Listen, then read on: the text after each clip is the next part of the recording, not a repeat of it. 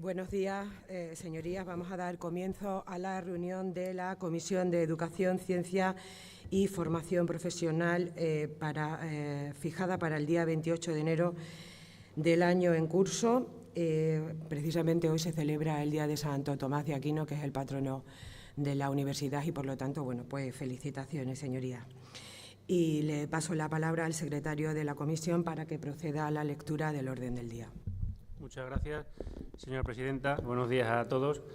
El orden del día consta de dos puntos. En primer lugar, lectura y aprobación, en su caso, como reverbera, del acta de la sesión anterior. En segundo lugar, preguntas con solicitud de respuesta oral ante comisión. Primera pregunta: ¿cuál es la hoja de ruta de la Junta de Extremadura en materia de segregación escolar? Formulada por doña Ana María Fernández Rodríguez. Segunda pregunta: ¿qué valoración hace la Junta de Extremadura del resultado de la resolución de 21 de octubre de 2024 de la Dirección General de Universidad, por la que se resuelve la convocatoria de becas complementarias para estudios de enseñanza universitarias para la ciudadanía de la Comunidad Autónoma de Extremadura para el curso 2023-2024? Formulada por doña Rosa Ana Chamorro Serrano. Tercera pregunta: ¿qué valoración hace la Junta de Extremadura de los proyectos de universidades privadas de la región? Formulada por don Joaquín Macías Rodríguez. Muchas gracias. Gracias, señor secretario. En cuanto al acta de la sesión anterior, ¿han tenido sus señorías conocimiento de él? ¿Algo que objetar? Por lo tanto, queda aprobada por asentimiento. Ruego a los servicios de la Cámara hagan pasar a los miembros del Gobierno.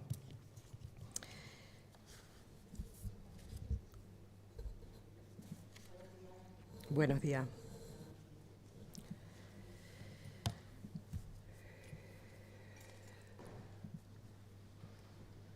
Damos la bienvenida a la señora secretaria general de Educación, a doña Pilar Pérez, y también a la directora general de Universidad, la señora Esther Muñoz.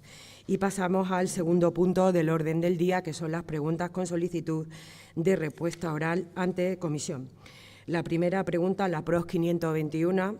¿Cuál es la hoja de ruta de la Junta de Extremadura en materia de segregación escolar? Está formulada por doña Ana María Fernández Rodríguez, con registro de entrada 12.248, y tiene un tiempo de 3 minutos para poder formularla. Buenos días, muchas gracias, presidenta. Buenos días, señora Pérez. Bienvenida a la Comisión de Educación.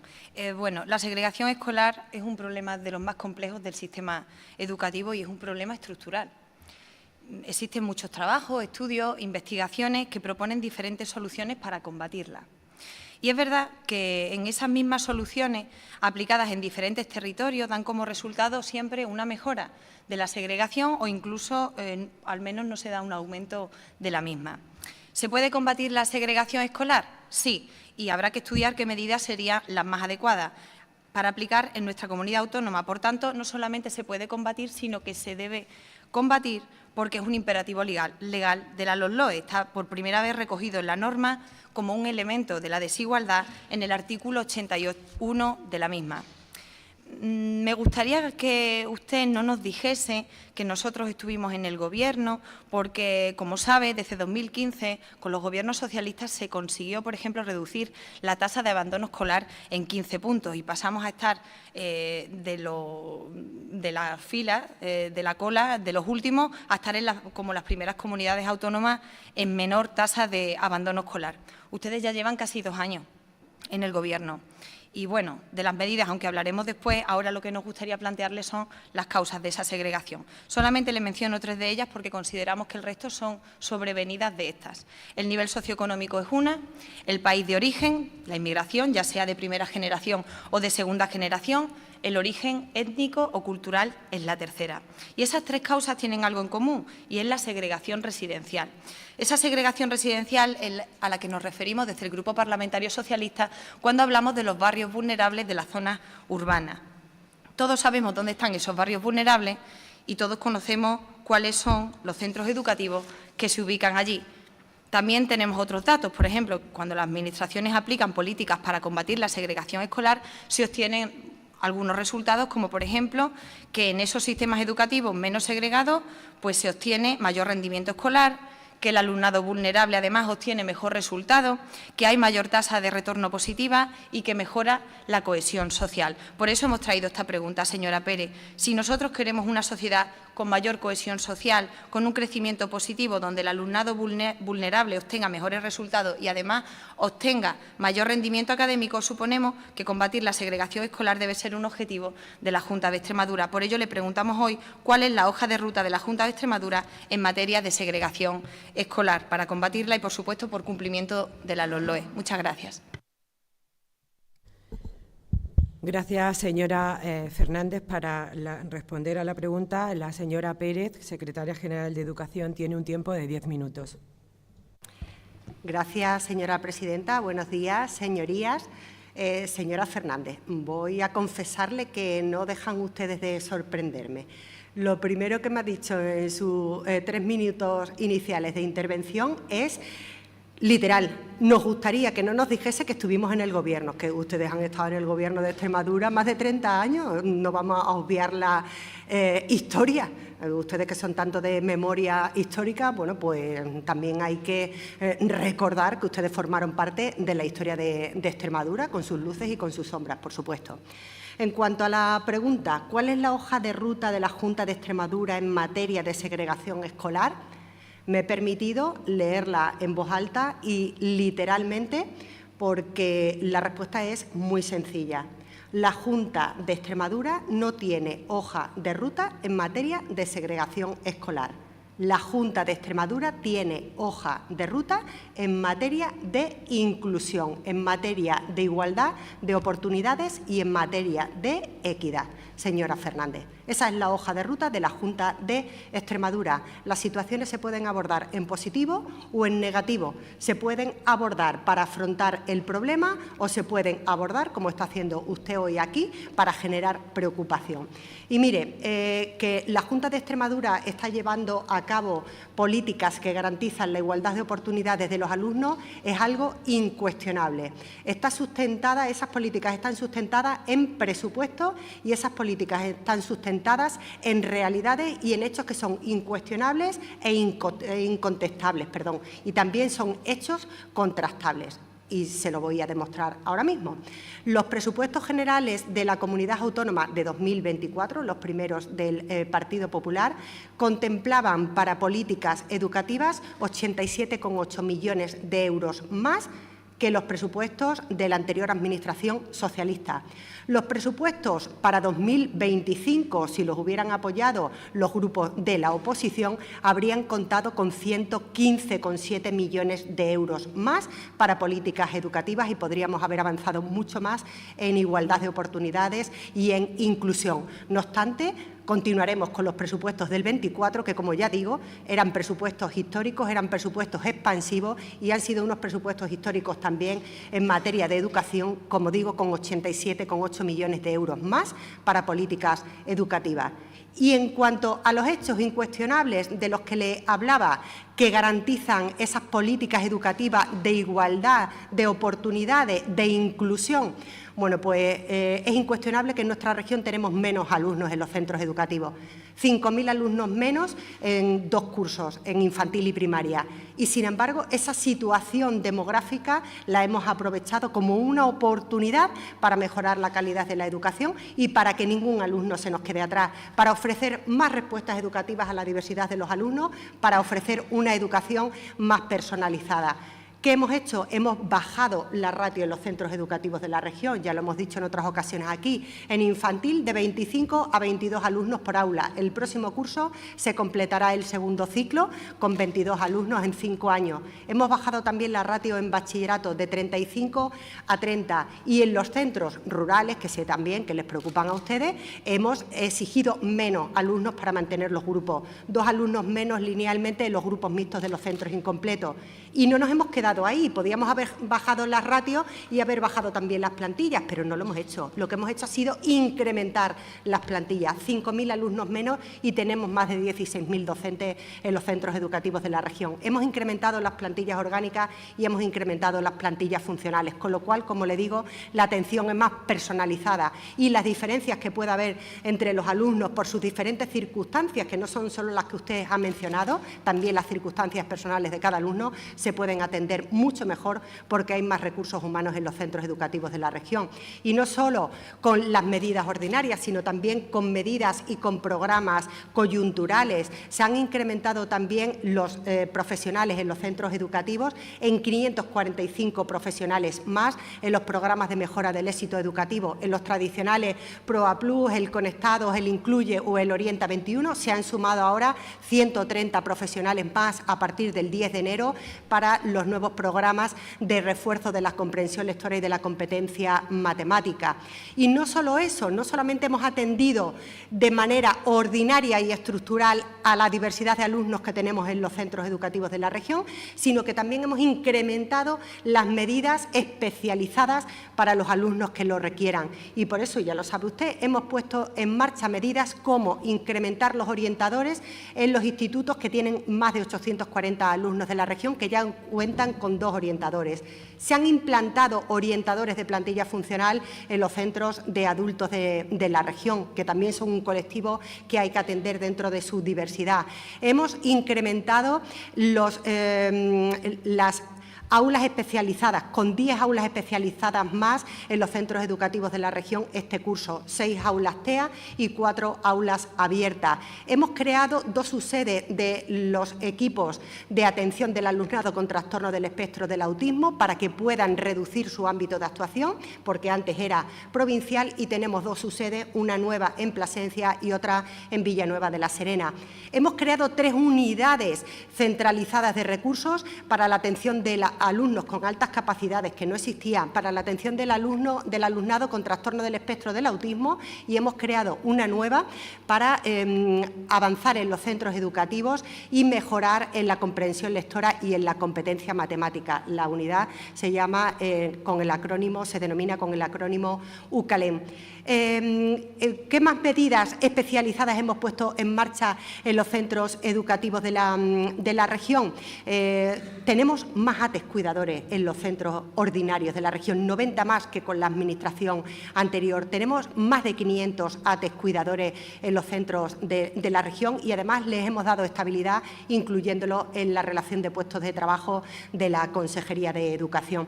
Y nos preocupa y nos ocupa también el ofrecer respuestas educativas a los alumnos desde las etapas más tempranas. No solamente hemos reforzado el segundo ciclo de educación infantil con un maestro más en aquellos centros que cuentan con 4 grupos o más de segundo ciclo de infantil, sino que también hemos puesto en marcha medidas para avanzar en la gratuidad universal del primer ciclo de educación infantil, para que todos los niños, con independencia de la situación socioeconómica de su familia, se puedan beneficiar de esa medida.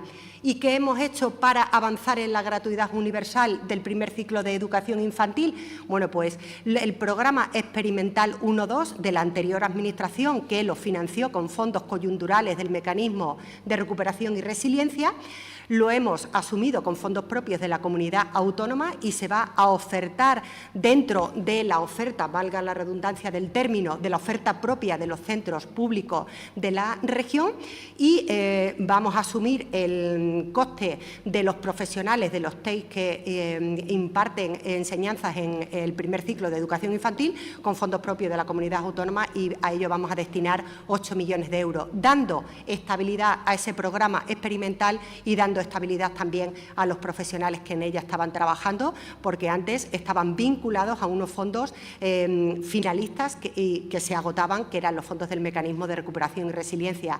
Hemos dado ayudas a las familias que tienen hijos 2-3 años y que los escolarizan en centros autorizados por la Consejería de Educación, para que puedan elegir el modelo y el centro educativo que quieran para sus hijos, porque eso también es un derecho de las familias.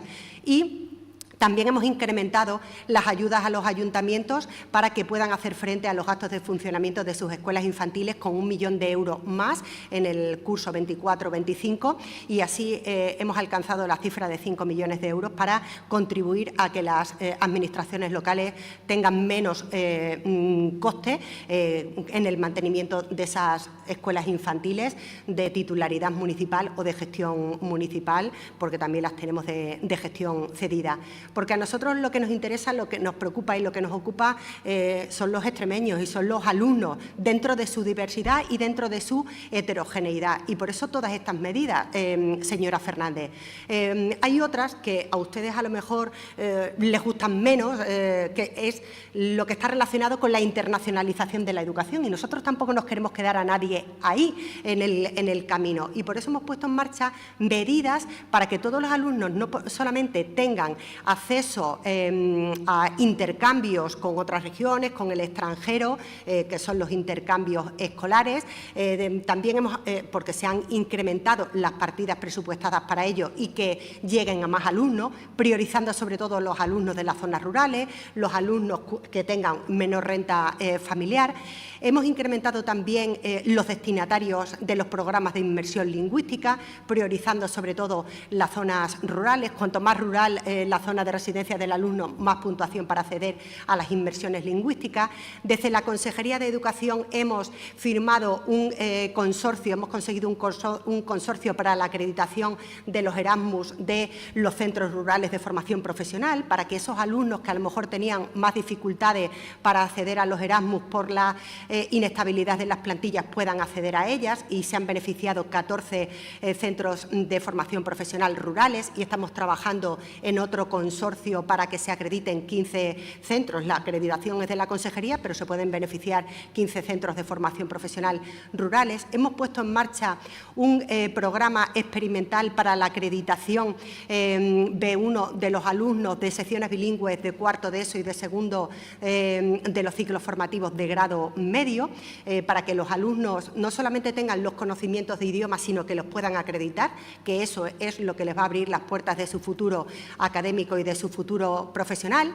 Hemos dado ayudas a las familias también para que puedan sus hijos acceder a clases extraescolares de inglés en centros que le permitan acceder a exámenes que les acrediten en los diferentes niveles del marco europeo de referencia de las lenguas. Pérez, debe finalizar porque el tiempo ha finalizado.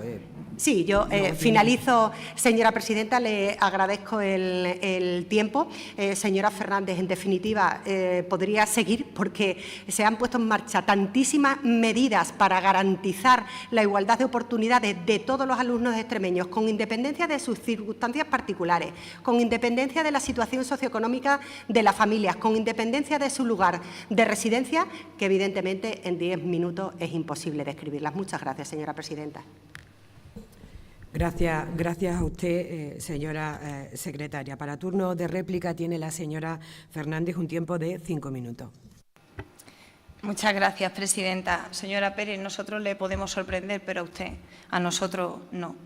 Nos habla de la prórroga de presupuestos de 2024 y dice que esos presupuestos son del Partido Popular. Yo le recuerdo que esos presupuestos son del Partido Popular y de Vox, que a ustedes ahora les avergüenza decirlo, pero en aquel momento, cuando cogieron el Gobierno, bien que les gustaron esos votos. Tampoco podemos aprobar un presupuesto en 2025 porque ustedes lo han retirado. Por eso no están aprobados esos presupuestos. Lo ha retirado el Gobierno, la Junta de Extremadura, la señora presidenta. Ustedes han retirado el presupuesto. No podemos votar algo que no se presenta en el Pleno de la Asamblea. Mire, ustedes habla de la igualdad de oportunidades y menciona el tema de la ratio. Y ha dicho: tenemos menos alumnado, pero nosotros, aprovechando esa inercia, hemos bajado la ratio. Que no tiene sentido. Claro, hay menos ratio porque hay menos alumnado, si es que usted lo está diciendo. Ustedes no han tomado ninguna medida.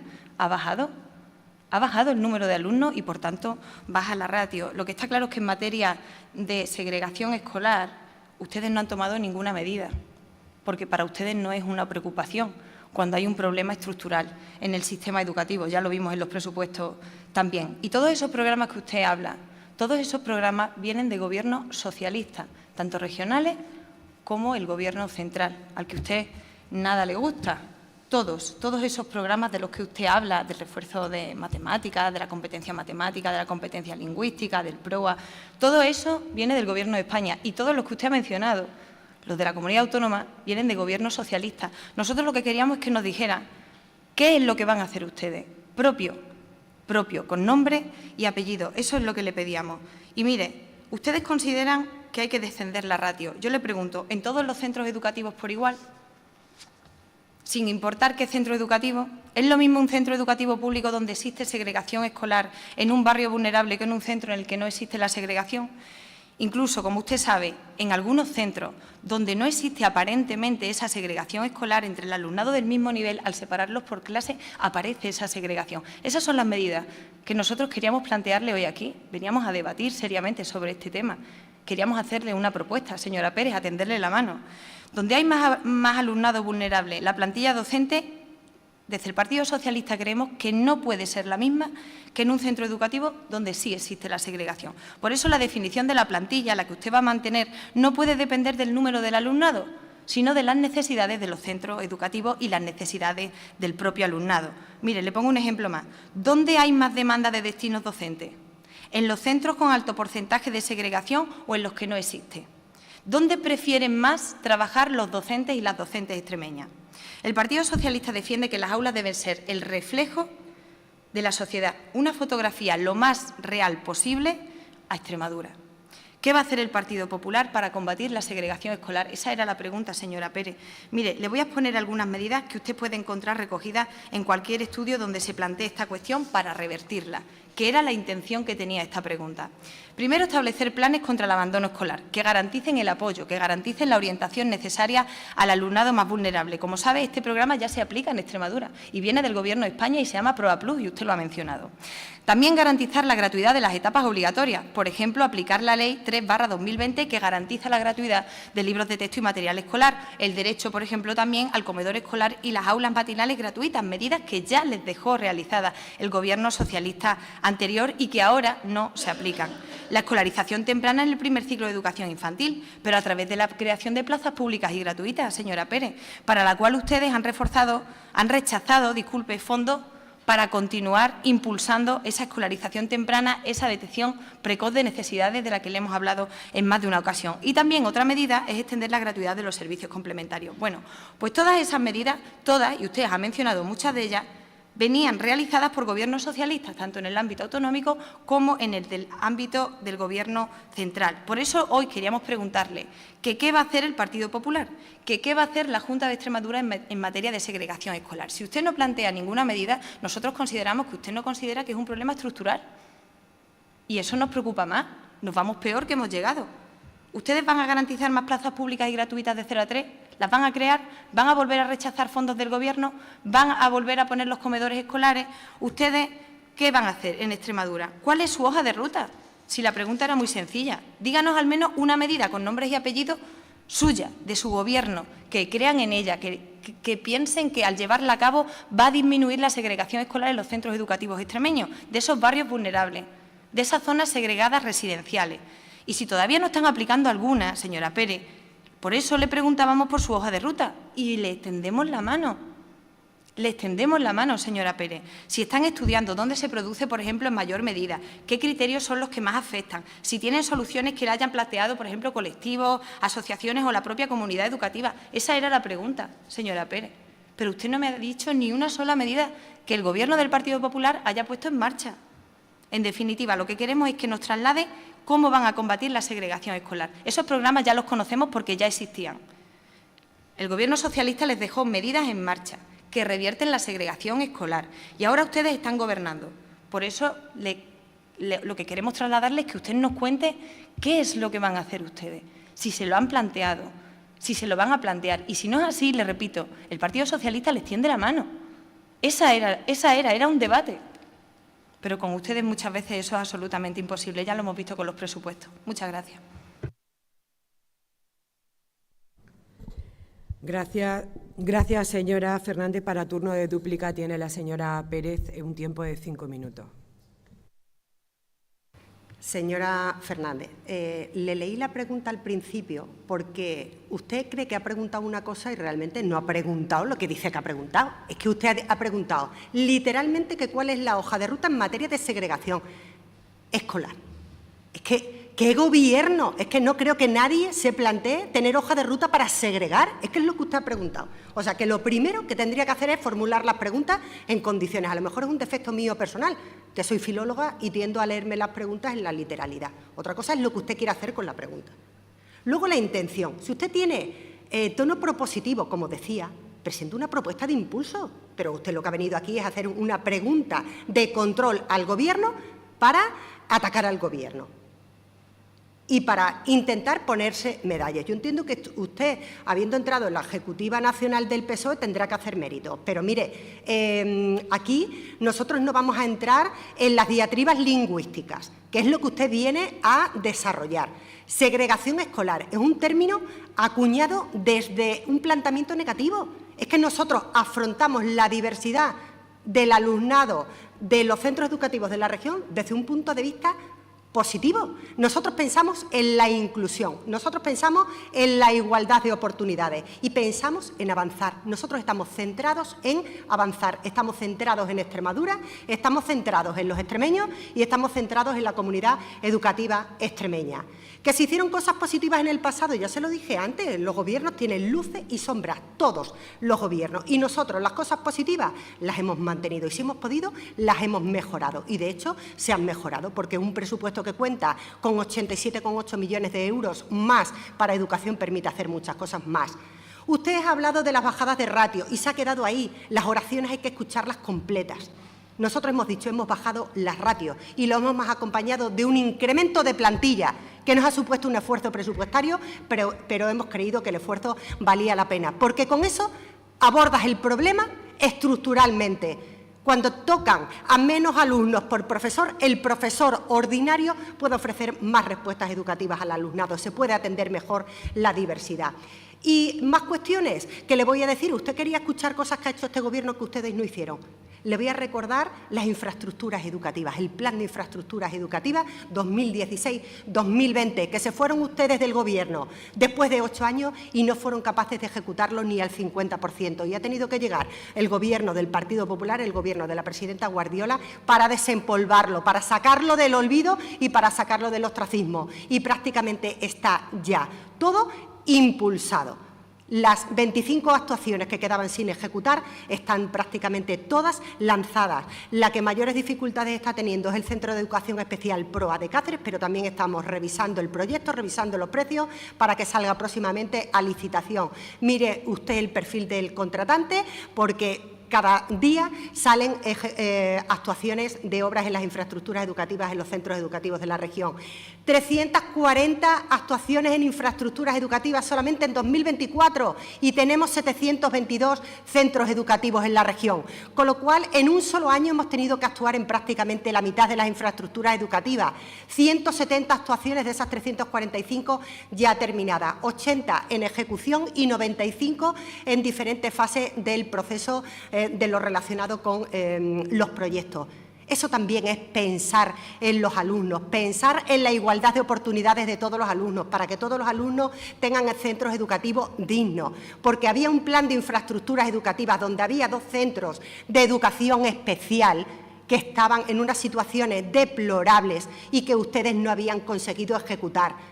Y ya está el Centro de Educación Especial Los Ángeles de Badajoz lanzado para ejecutarse y empezarán las obras aproximadamente en 6 meses y esperemos que el de PROA de Cáceres también. Pero hasta que llegue ese momento, ahí hemos estado escuchando a la comunidad educativa, a las familias de los niños que están en el Centro de Educación Especial PROA de Cáceres, para que sepan que está la Administración sensible a su situación y que ese centro se va a ejecutar. Y hemos invertido allí también para que las infraestructuras estén en una situación menos lamentable en el tiempo en el que tengan que continuar allí, señora Fernández. Y mire, algo que hacemos también es escuchar. Y hemos abierto un proceso de escucha activa con la comunidad educativa extremeña. Eso a ustedes no les gusta. Y lo hemos abierto también con algo tan sensible como es el Decreto de Respuestas Educativas a la Diversidad del Alumnado, el Decreto 228/2014, que se tiene que actualizar. Y hemos abierto un proceso consultivo para escuchar a toda la comunidad educativa extremeña y que el nuevo Decreto de Respuestas Educativas a la Diversidad del Alumnado que salga resultante y que se publique incluya las sensibilidades de toda la comunidad educativa extremeña. Eso es lo que hacemos nosotros, entre otras muchas medidas, como podría decirle, incluso hemos cambiado la normativa para que no se nos quede nadie detrás, que es algo que también ha hecho este Gobierno, que no hicieron ustedes. El bachillerato en 3 años, para que aquellos alumnos con enfermedades que no pueden acudir a los centros educativos y que requieren más tiempo para poder titular, lo puedan hacer. Para los alumnos con necesidades específicas que puedan cursar ese bachillerato en 3 años. Para alumnos que simultanean estudios de bachillerato con enseñanzas superiores de música o de danza, también puedan tener más tiempo para cursar el bachillerato. O incluso los alumnos que después de haber estado en la educación secundaria obligatoria y no han podido titular y no han podido recibir ese título, para que no se nos queden descolgados del campo profesional, porque si no tienes el título de educación secundaria obligatoria es mucho más difícil acceder al mercado laboral. Y hemos creado también normativa que avala que esos alumnos puedan realizar pruebas específicas, pruebas extraordinarias para poder titular. Es decir, señora Fernández, aquí se están haciendo muchas cosas partiendo también de la sensibilidad de la comunidad educativa extremeña y nosotros no venimos a perder el tiempo en manipulaciones lingüísticas, en anacronismos lingüísticos, que eso se le da a ustedes fenomenal, acuñar terminología, pero invierten el tiempo en eso. Nosotros dejamos la terminología lingüística a un lado y nos centramos en gestionar y nos centramos en dar respuesta a la comunidad educativa extremeña y es de lo que se trata, es nuestro único objetivo y esa es la ilusión y la motivación diaria con la que abordamos la gestión en la Consejería de Educación, dar soluciones a la comunidad educativa extremeña con independencia, como digo, de su situación, de todos los colectivos, de los alumnos, de los docentes, del resto de profesionales y de la familia. Muchas gracias, señora presidenta. Gracias, señora Pérez, por su comparecencia. Sabe que ya ha finalizado y nosotros le invitamos a que siga con nosotros. Pasamos a la segunda pregunta. Pregunta PROC 525. ¿Qué valoración hace la Junta de Extremadura del resultado de la resolución de 21 de octubre de 2024 de la Dirección General de Universidad por la que se resuelve